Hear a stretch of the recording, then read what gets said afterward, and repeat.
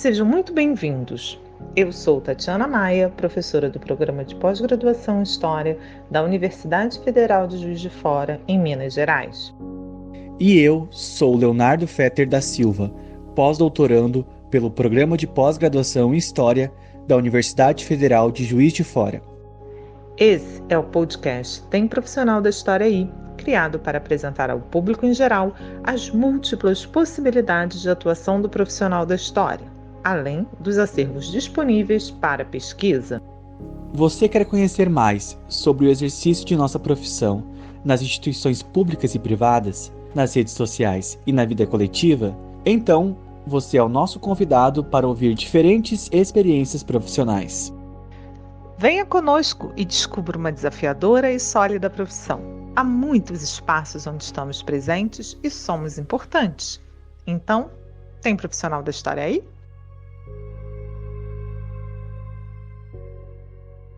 Somos certificados pelo selo Saberes Históricos, concedido pelo Fórum Saberes Históricos, que reúne diversas entidades de pesquisa na área e garante a qualidade do trabalho aqui realizado.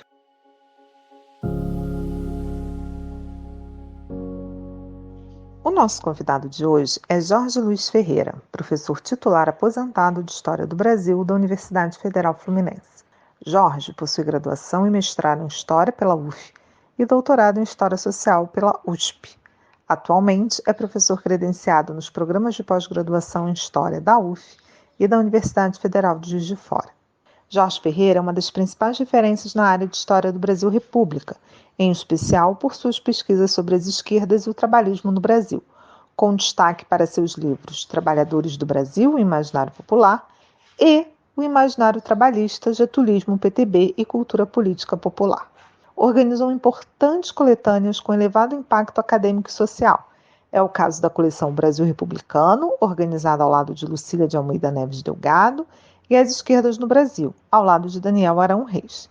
Nos últimos anos, vem se dedicando à publicação de importantes biografias históricas, em especial uma dedicada ao João Goulart e, mais recentemente, a Elisa Branco. É sobre o seu trabalho com biografias, com divulgação e sobre a história do Brasil no tempo presente que vamos conversar com Jorge Ferreira hoje.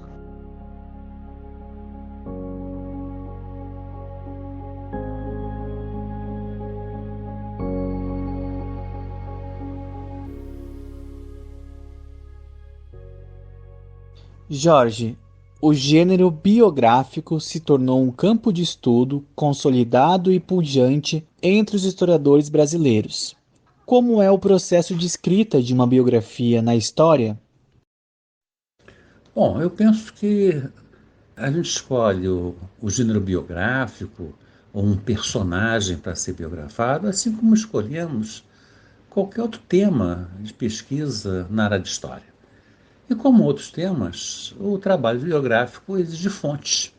Não é? Preciso ter fontes para trabalhar com a biografia, não é? De uma pessoa. Fontes variadas, fontes plurais, o que inclui fotografias. Não é?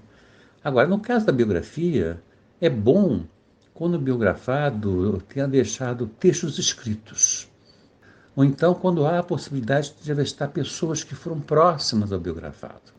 Eu escrevi duas biografias, a do João Goulart, do ex-presidente João Goulart, e de uma militante comunista do PCB, a Elisa Branco.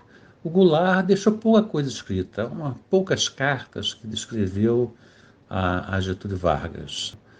Mas entrevistei muitas pessoas próximas a ele, familiares, amigos, ex-ministros. A Elisa já deixou muita coisa escrita sobre ela mesma. Escreveu, digamos assim, memórias dela para ela mesma, não é para os outros lerem, não é para publicação, por exemplo. E também tive a oportunidade de entrevistar pessoas próximas a ela, os netos, sobretudo. Então é bom isso porque você sai um pouco da vida pública, não é? E adentra a vida privada do biografado. Outra questão que considero importante é fugir das narrativas teleológicas, porque é muito tentador. É porque quando a gente trabalha com um tema, a gente sabe sempre o final da história que a gente está trabalhando. Então a tentação é contar essa história como se o final dela fosse conhecido desde o início. É supor que o que aconteceu teria que ter acontecido. Não é verdade. O que aconteceu, aconteceu. Não pode ser alterado. Não tem jeito. Mas o que aconteceu poderia não ter acontecido. Ou poderia ter acontecido de outra forma, de outra maneira. Então, é uma premissa falsa também de que o biografado não tem dúvidas, não tem escolhas, como se um único futuro fosse possível à sua frente. Não é verdade, ele poderia ter outros futuros. Teve um único porque nós estamos à frente e sabemos, né, do que aconteceu.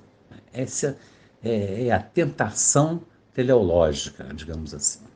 Bom, outra coisa que eu considero importante é que a biografia existe para a gente conhecer a sociedade que o personagem viveu, como também o seu projeto político, se ele estiver atuando na vida política.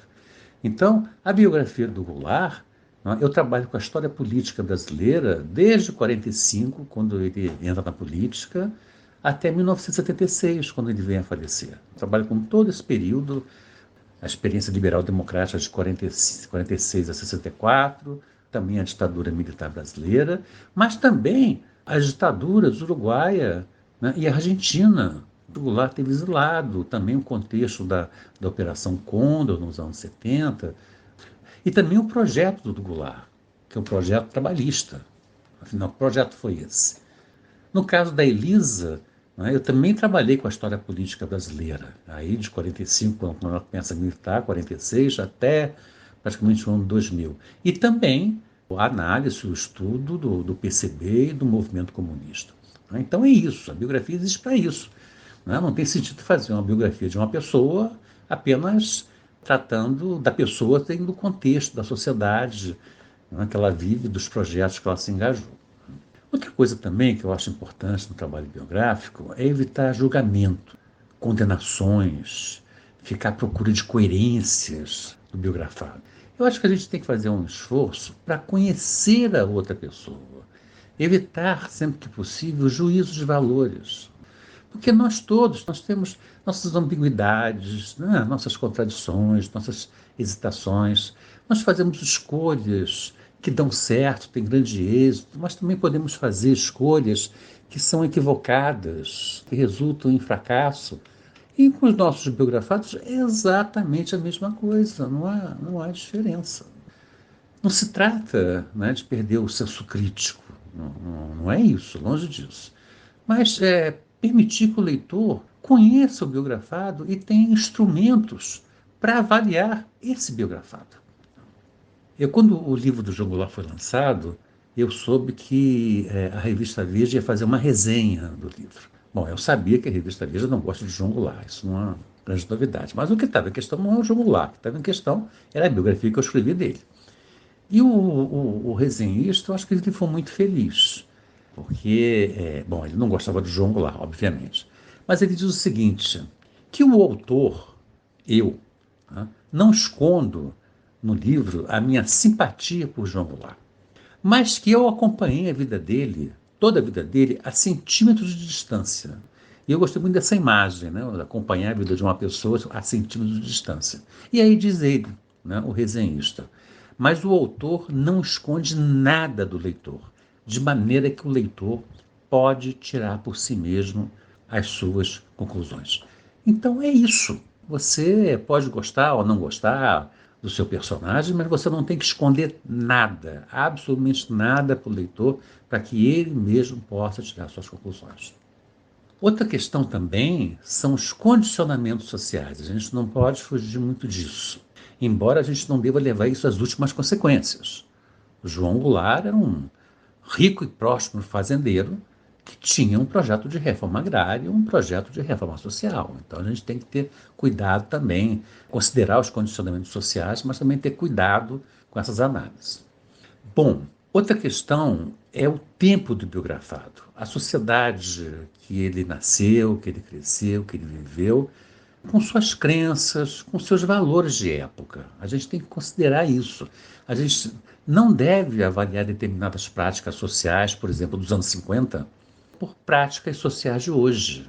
A gente tem que considerar esse tempo em que valores, né, ideias, crenças eram partilhadas. né? Crenças evidentemente conservadoras, e compreendê-las na sua época. Devemos também evitar o sensacionalismo. Quando a gente faz uma pesquisa, todo mundo que faz pesquisa sabe disso. Tá? Informações que a gente descarta, porque são informações que não têm importância histórica nenhuma, ou são isentas de seriedade. E é o caso, não é, do sensacionalismo. A gente, quando faz biografia, a gente sempre depara com uma informação que vai gerar sensacionalismo. A gente deve evitar isso. O historiador não deve trabalhar nessa dimensão. Por fim, eu creio que o historiador, seja escrevendo uma biografia ou não, ele tem que caprichar na redação. A redação tem que ser clara, tem que ser uma redação agradável, tem que ser uma redação que alcance o grande público. Afinal, uma biografia ou um tema, qualquer história, seja qual for, uma biografia é para ser lida e não para ficar enfeitando uma estante. Então, são essas questões, algumas das questões que eu considero importantes no trabalho biográfico.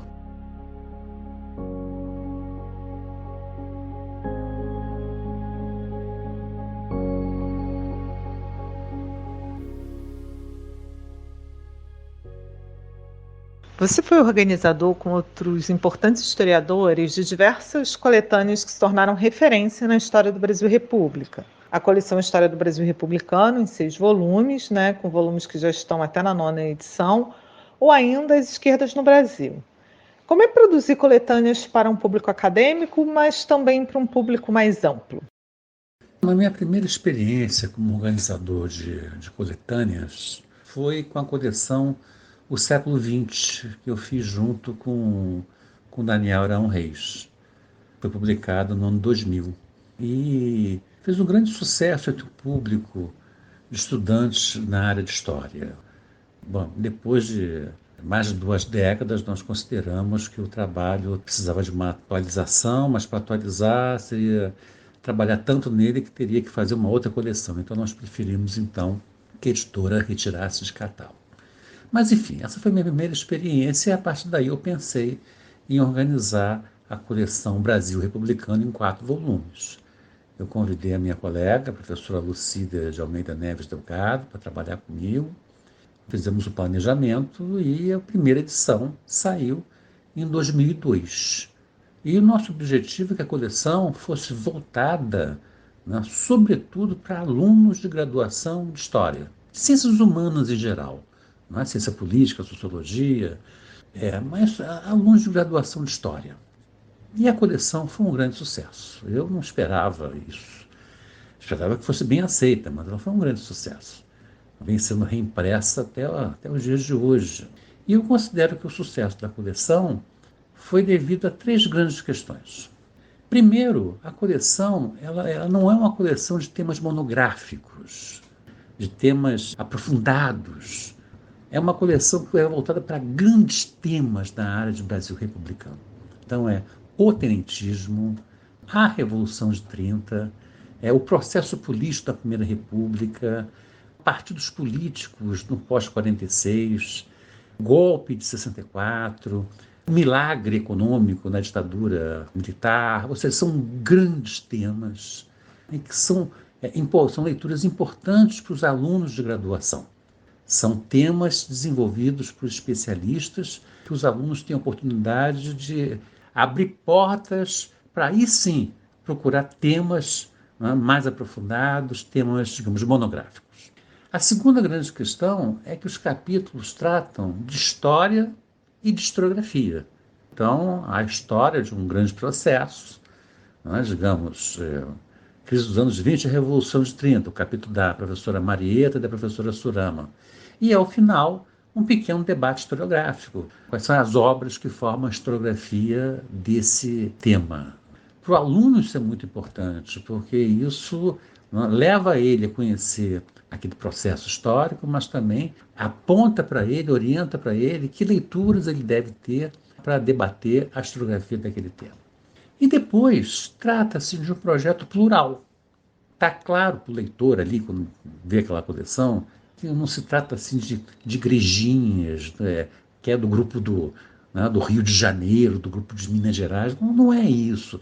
A coleção é plural. Tem autores de diversos estados brasileiros, do Rio Grande do Sul, São Paulo, Minas, Rio, Bahia, Pernambuco, mas também de diversas universidades públicas, diversas instituições de pesquisa, como também são temas que trabalham com história econômica, história política, história social, história cultural, ou seja, a coleção ela é plural e o leitor percebe isso. Há autores ali que eu não conheço pessoalmente. Claro que a gente trocou e-mails ali, desenvolveu o projeto, mas tem autores que eu não conheço pessoalmente. Eu acho que essas três questões, quer dizer, os grandes temas, história e historiografia e a pluralidade da coleção, levaram ao sucesso dessa coleção. Houve, claro, orientação para os autores, assim, questão técnica, número de páginas, mas também ficou claro para o autor que a proposta do livro era para alunos de graduação. E a maioria aí foi muito obediente, digamos assim. O tempo passou aí, quase 15 anos, e surgiu a proposta de atualização. Atualizar a coleção, entrar novos temas. Por exemplo, havia um lapso ali na coleção, que é a falta de capítulos sobre relações internacionais. Então, foi proposto para a editora uma atualização da coleção, a editora topou, a editora nunca me faltou nessas questões. Então, nós propusemos a todos os autores que quisessem atualizar os seus trabalhos, atualizassem, muitos fizeram isso, outros, novos capítulos foram inseridos, e depois fizemos o quinto volume, que é a Nova República, da posse de José Sarney à crise política de 2016. E em 2018, 2019, veio essa coleção atualizada, revisada e atualizada. E o Brasil Republicano chega agora à sua 10ª reimpressão. Então, a aceitação da coleção foi muito boa. A gente vê que nos cursos de graduação de História, que era o objetivo no Brasil da coleção. A coleção é muito trabalhada na curso de graduação. Bom, depois eu convidei o Daniel Arão para retomar o nosso trabalho com a coleção As Esquerdas no Brasil. E foi o mesmo processo. Nós reunimos assim a nata dos historiadores, sociólogos, cientistas políticos, antropólogos, de todos os estados do Brasil, de diversas universidades, de instituições de pesquisa, para tratar de diversos temas relativos às esquerdas no Brasil. A coleção não teve tanto sucesso quanto o Brasil Republicano, porque o tema é mais restrito, é as esquerdas no Brasil, não é a República no Brasil. E também eu considero que os volumes ficaram muito grandes, não é? Cada volume tem coisa de 700 páginas, o que encarece muito o livro. Para um aluno de graduação comprar um livro por R$90, R$110, é muito difícil. Então são essas três grandes coleções que eu organizei e me sinto muito satisfeito, muito feliz em ter dado essa contribuição à historiografia brasileira e, sobretudo, à formação dos alunos de graduação em História.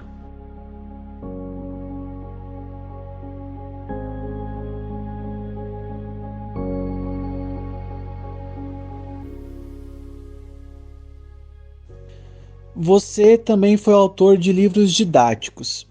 Poderia nos falar sobre essa experiência? Bom, eu me formei na graduação na Universidade Federal Fluminense, em História, em 1982, mas eu já dava aulas em escola privada, no ensino médio e no Fundamental 2, como também dei aula logo a seguir na rede pública estadual do Rio de Janeiro. Seja como for, eu comecei a dar aula antes do PNLD, o Programa Nacional do Livro Didático, que é de 1985. Não havia ainda esse controle de qualidade do MEC sobre os livros didáticos. E os livros eram muito ruins. Quem deu aula nessa época sabe disso. Eram livros tradicionais, às vezes não eram escritos nem por historiadores. E o professor ele precisa do livro didático, a necessidade do livro didático. E eu me virava para dar aula. Então, quando eu entrei como professor da UF, eu entrei em 1984, eu sempre tive essa proposta de trabalhar com livro didático. Agora, isso não se faz sozinho, né? o livro didático tem que ser um trabalho coletivo. Eu trabalho com história contemporânea, conheço história contemporânea, mas imagina eu escrever sobre história antiga, história medieval, entendeu? Não fica bem, né? Eu acho que tem que ser uma história, um trabalho coletivo, não é, de especialistas em suas áreas. E quem deu a partida nisso tudo, do livro didático, foi a minha colega da UF, a Universidade Federal Fluminense, a Sheila de Castro Farias. Ela teve essa ideia do livro didático, ela convidou o Ronaldo Weifers, ela me convidou, e nós, quer dizer, ela, na verdade, a Sheila foi a nossa grande assim, ponta de lança, né? Ela procurou a editora Saraiva e propôs um livro de ensino médio. Lá na Saraiva, eles resolveram investir na gente, acreditar.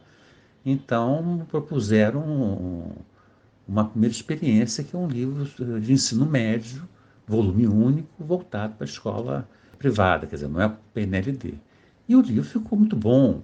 Não é? Ele foi adotado por várias escolas privadas, não é? Teve uma aceitação muito grande. Não é?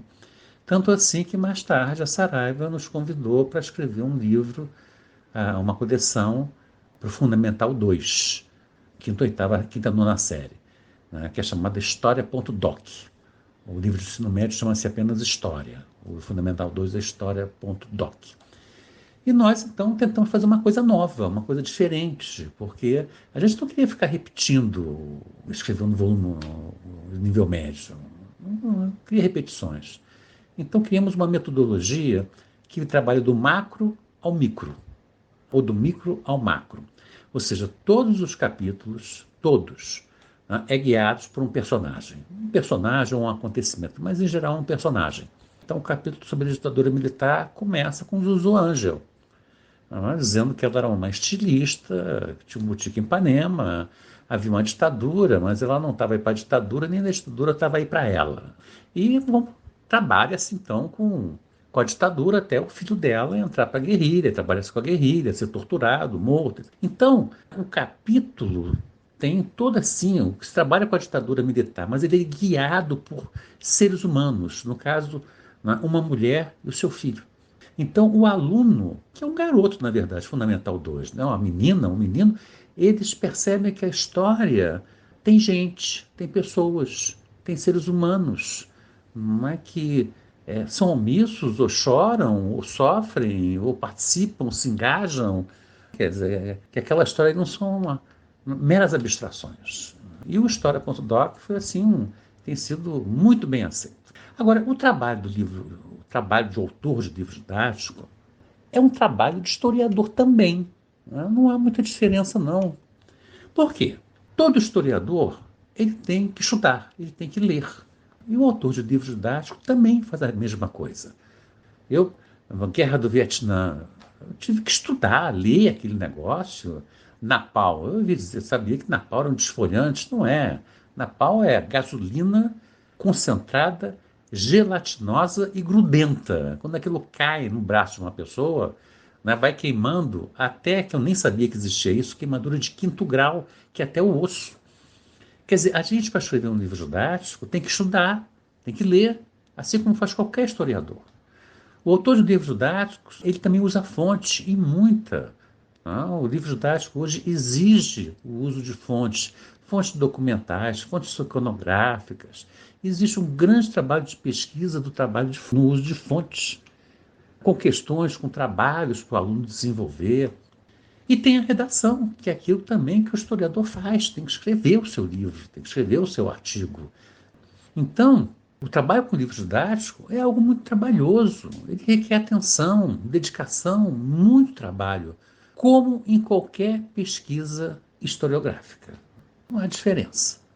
Então, eu creio, assim, o mérito de trabalhar com livro didático é a contribuição que nós damos de levar a adaptação da pesquisa avançada na pós-graduação para o saber escolar.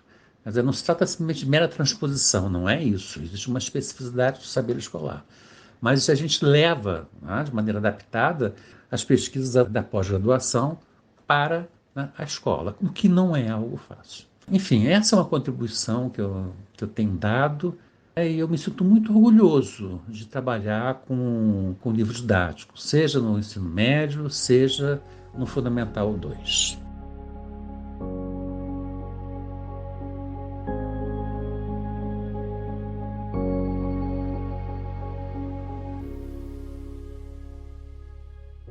O que dizer para um jovem interessado em pesquisar os trabalhadores, as esquerdas e a história política no Brasil republicano?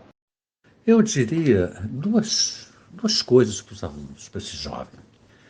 A primeira, né, e antes de tudo, estude, leia livros, conheça pesquisas de historiadores, de cientistas políticos, de sociólogos, antropólogos, de literatura. Há uma vasta bibliografia sobre esses temas, né, trabalhadores, esquerdas, história política. Estuda, leia. Nada de acreditar que sabe tudo. Né? Você não sabe tudo. Há de ter um mínimo de humildade intelectual. Né? Queira aprender. Outra coisa que eu considero importante, tenha dúvidas. Duvide. Não acredite que há leis em história, por exemplo. Não há leis em história. Fuja dos jargões. Eles são repetitivos. Por exemplo, um jargão que é muito repetitivo, é aquela famosa frase de Marx: a história acontece como tragédia e se repete como farsa. Marx era um homem muito sofisticado intelectualmente para acreditar que a história se repete. Ele fez uma ironia. A história não se repete. Não há repetições em história. Não transforme uma ironia num jargão como se fosse verdade. Fuja, outra coisa também, fuja dos jargões, mas fuja dos dogmatismos. Claro que você pode adotar linhas interpretativas ao seu gosto, mas olha para os lados. Olha para o lado esquerdo, para o lado direito, para frente, para trás. Há outras linhas interpretativas. Né? Olhe para elas. Também ouça o que os outros têm a dizer. Aprenda a ouvir. Né? E tire você mesmo as suas conclusões. Uma coisa importante, não se deixe levar por igrejinhas, grupinhos políticos ou lideranças que não respeitam os outros. Quando alguém que surge como liderança desrespeitando os outros, tenha cuidado. Se desrespeita os outros, pode desrespeitar você também. Evite, que está sendo comum hoje, evite ofender, insultar, sobretudo rotular as pessoas. Isso é muito feio. Saiba lidar com opiniões contrárias. A gente tem que saber lidar com isso. Tem gente que pensa diferente, a gente tem que saber lidar com essas opiniões divergentes. Desde que, evidentemente, que não se trata de um fascista. Aí não tem que lidar nada, claro. Né?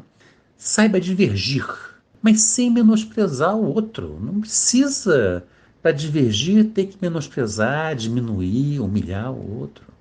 Então, essa primeira é uma grande questão.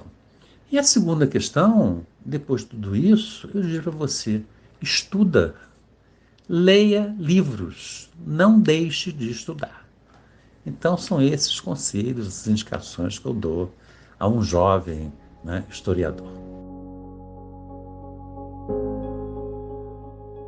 Mais uma vez, muito obrigado, Jorge, pela sua participação e entrevista nesse projeto. E para todas e todos que nos acompanham, esperamos que tenham gostado dessa entrevista.